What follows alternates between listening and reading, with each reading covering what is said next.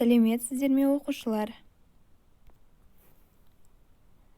Біздің екінші бөлім құндылықтар деп аталады. Бүгінгі сабақтың тақырыбы үлгілі оқушы.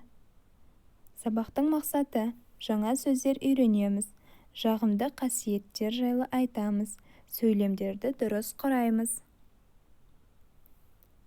Бүгінгі жаңа сөз таныс болайық. Менен кейін қайтала. Сабырлы. Сабырлы. Терпеливый, сдержанный, спокойный. Өте жақсы, жаңа сөзді сөздік дәптерге жазып, жаттап ал. Енді тапсырмаларға көшейік. Бірінші тапсырма. Сұраққа жауап жаз. Сұрақ. Оқушы қандай болу керек? Мысалы, оқушы білімді болу керек.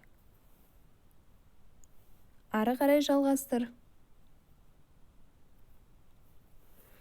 Келесі тапсырма. Айтылым. Сөздерді мағынасымен сәйкестендіріп айт.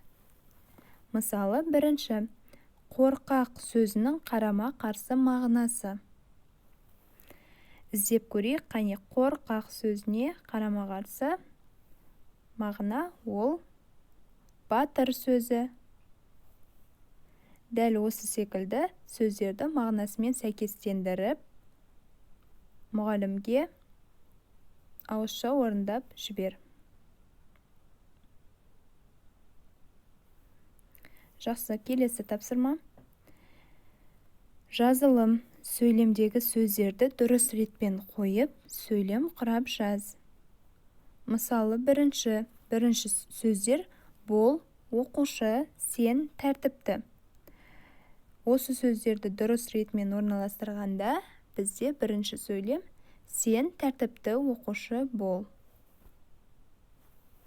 Осы секілді сөздерді ретмен орналастырып, сөйлем құрап, дәптерге жазып ал.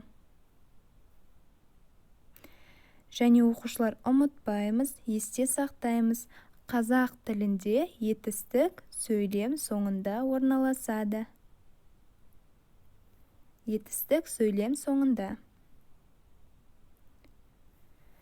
Сонымен балалар, бүгінгі сабақты қорытындылайық. Біз бүгін жаңа сөзбен таныс болдық. Оқушы қандай болу керек деген сұраққа жауап бердік. Және сөздерді ретмен орналастырып, сөйлем құрап жаздық. Бүгінгі сабақ аяқталды. Сау болыңыздар.